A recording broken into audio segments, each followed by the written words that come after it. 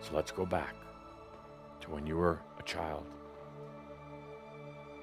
First started to really realize that you were, consciously realize, here you were in human form, very young child, 1, maybe 2 years old.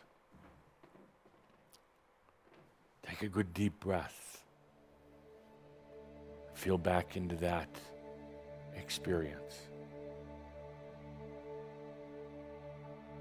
Things happened back then. Things that were difficult for a sensitive soul like yourself to handle. Harshness in the world around you. And one of the biggest things that occurred to so many of you back then, type of trauma or tears, finding yourself back in physical body, wondering, worrying if you would be able to uphold your commitment to yourself, wondering if you would be able to stay true to you, and yet another physical incarnation that had so many distractions. You were aware that there were incarnations before you that had gotten very distracted, gotten steeped in karma, imbalances. Here you are, 1 year old, 1.5,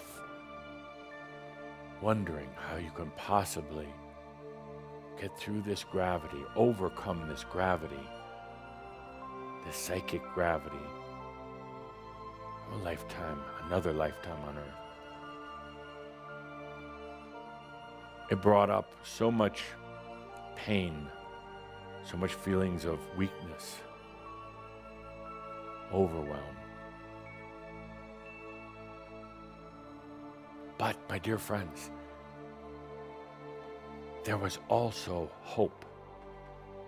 There was determination. There was also that light that you brought in with you into this lifetime that you knew could not be extinguished no matter what happened, no matter who tried to extinguish it, no matter even if you tried to run from yourself, that this light that you brought in was going to shine and shine and shine.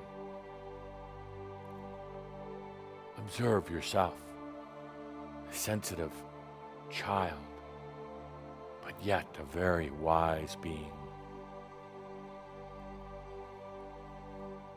There was so much more happening there than just the shock and realization that you were back into another commitment, another lifetime.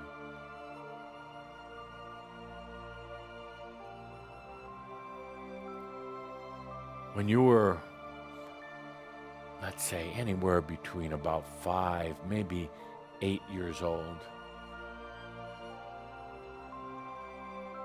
there was that starting school, and the words from parents and teachers that you shouldn't do this, you can't do that.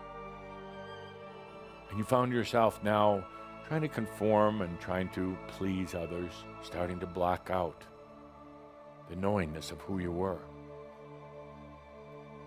Intentionally. You found various ways to do it, mentally, physically sometimes. Blocking out, trying to conform, trying to be like the others. Intentionally shutting down. There was a deep anxiety within. Would you ever awaken? If you shut down, could you once again awaken? Part of you knew the time wasn't right. Some of you felt that out of love to your parents, but you couldn't expose yourself for who you truly were. So you found ways to shut down. It hurt. It hurt deeply. It created wounds that would cause other experiences. Experiences with children bullying you, experiences with your parents getting angry, experiences with getting in fights. Those weren't what were really important. It was this incident, this feeling of shutting down. It caused such a tremendous anxiety that you found yourself angry, trapped. And once again wondering, could you ever wake up? Would the world ever be ready to see you for who you truly were? Be the observer of this time in your life.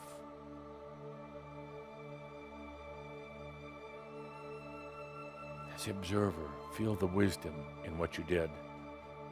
What you remember was the shutdown, the trauma of the shutdown. But what was really going on here? You were just allowing yourself to wait until the time was right.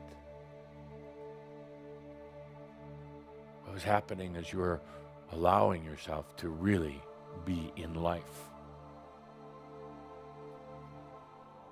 Once again, walking in the human shoes and the human experience. Once again, feeling love and pain. Once again, empathizing and having compassion for the human journey.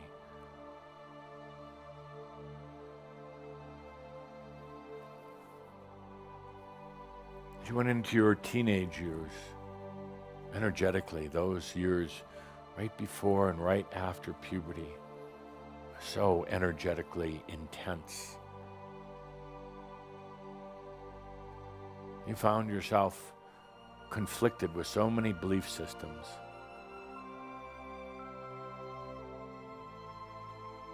Found yourself almost forcing yourself to adapt belief systems from society, parents, teachers, other kids. And you knew they really weren't quite right. Something deep within knew that these belief systems weren't the truth, your truth. But you allowed yourself to adapt to them, to bring them in as your own, and literally to program yourself into these belief systems. These belief systems ultimately caused you a variety of experiences, some of them traumatic, difficult, things you still might feel guilty about or shameful about. But as we are in this dream walk, feeling, observing, I want you to feel the wisdom in what you did. For in order to really allow yourself freedom in this lifetime, it's important to know how belief systems are created in order that you would eventually be able to release all the belief systems, or at least to use them at your pleasure. One of the belief systems that you can always use at your pleasure and then release them. I want you to feel into the wisdom of things that happened here, particularly for most of you, right in that age of 12, 15, 16 years old. Basically digesting belief systems that really weren't yours. It created the other traumatic events, and you see many times when you've gone back to things that happened to you in the past, or you had reminders about some traumatic experience, you weren't seeing what really happened. You were blaming it on that experience, saying, I made a mistake. I did something that good girls shouldn't do. I did something that hurt somebody else. But you see, you didn't have the perspective or the awareness of where that came from, why that was there. It was there because of belief systems that you took in that weren't yours. That's the perspective. That's cause those other things to come to be. And then you come into that very linear part of life for so many of you. After you got out of school, graduated school, you started working, you got very linear.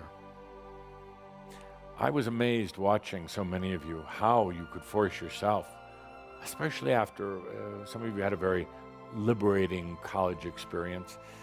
Then you forced yourself linear. Jobs, families,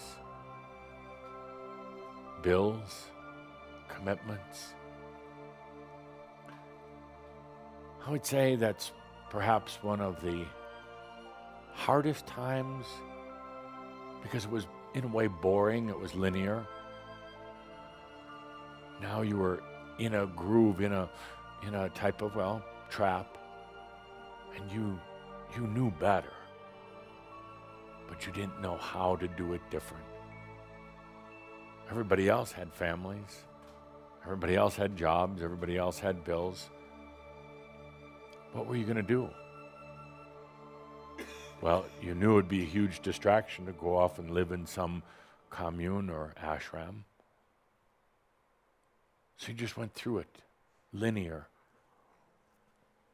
That was difficult. That hurt. It was almost like you couldn't see the end. You could see the end of things, eras or cycles within yourself when you were in your childhood or your teens, but here you were now. Would you just live and then die in this linear, limited set of realities? It went against the grain of the real you. It became tedious. It became so tedious. There was part of you that was screaming out. I'm not saying that there weren't joyful moments, but something within you was screaming out. This isn't it. This is not why I came here.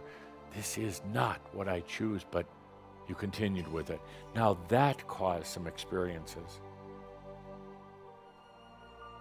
The experiences created the trauma, and the traumas are what you go back to. You go back to revisit that bad fight you had right before a divorce. You go back and revisit things like something you did to another that you knew hurt them. You go back and revisit that trauma or that pain rather than feeling into what really happened, why that happened. So we go back now, back into the 3D. But as the observer, go back as the one who allowing yourself to realize what was really going on. Not to focus on specific events, but to feel the beauty of what you were doing, the beauty of your journey. Oh yes, it caused a lot of experiences that might have been hard, that still seem to come back and haunt you in your dreams, and in your waking state even. Flashbacks, memories, pangs of guilt or shame. But as we go back through 3D, go back as the master. We go back in the I am perspective and realize what was really happening all this time. Going back, you could say, to gather, to harvest the wisdom and to release the traumas. Back to, in a way, re-experience. And you see at this very moment, while we're sitting here, while we're going through this dream walk, the experiences actually change. Yes, what happened actually changes. So what might have been a very traumatic event in your life was locked in trauma, the emotion locked in to your cellular self, your memory self. But now, as we go back through 3D, the actual experience changes. It's an amazing thing. What happened didn't happen. It's not like everything's erased. It's everything blossoms. Everything comes to its full color. Everything comes to its full reality. It's no longer locked in that reality that's the top of the book cover. Now it becomes the whole book. And what you thought happened was actually far grander, far wiser. You go back through 3D. As you go into a greater sense of awareness and dimensions, you carry with you the wisdom of 3D, the wisdom of everything that happened in what you call your past. You carry with you the beauty and the joy, the sweet nectar of wisdom as you expand into other dimensions. You bring with you this crown. That's a beautiful crown of what you've done here in this reality. And the beautiful thing is that you can continue to experience in this reality. There's something that would lead you to believe that as you go off into a fourth and a fifth and the sixth dimension, that you suddenly are no longer in the third, if we're going to use numbers or identify them that way. Not at all. You can continue to experience here, but no longer as just the violin player, no longer as just being in the string section, but now in every part of the orchestra.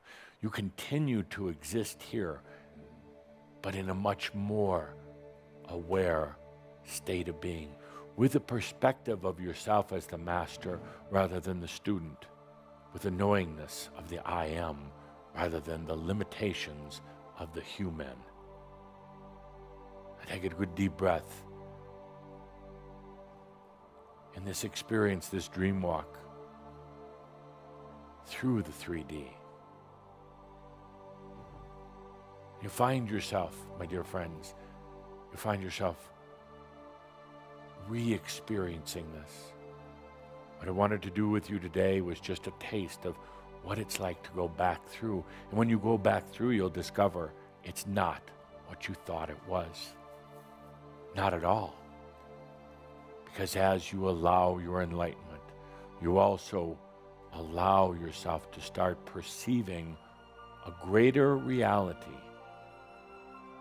of even the past. And as you allow this more open awareness of the past, you're also allowing greater perception of the future, of all of its potentials.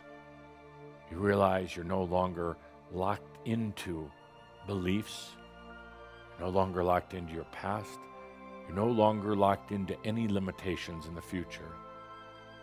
You're no longer living on the cover of that book. You become its pages. You become the paper. You become the story that continues on and on, even beyond the book itself. That's what it's like for an embodied master. When I said before that few angels have gone where you are right now, few have ever gone back through 3D. Few have ever gone back through their past. Few have ever allowed themselves to garner, to harvest the wisdom of their lives while they were still living, while they were still here. Oh, they would have wanted to. And that's why, my dear friends, you chose to stay through this rather than leave. To be here in awareness, full awareness, and the full I am. Let's take a deep breath as we come through the 3D. Take a good deep breath. Very present in the now moment. Perspective is changing. Your perspective. When you can get off that cover, allow yourself to go through right now basically the rebalancing of the imbalances. Not rebalancing back under the cover of that book, rebalancing into a far grander state of awareness, far grander reality. That's why you chose to be here. Let's take a good deep breath as we bring the house lights back up. Take a good deep breath. Few angels have ever come this far, gone this way, allowed themselves to go back, not really back, but to go through what they thought were trying to leave. Few angels have ever got to the point where they could allow their enlightenment, their awareness at such a level in such a dense reality. Very few. And you're doing it. All of you. Now,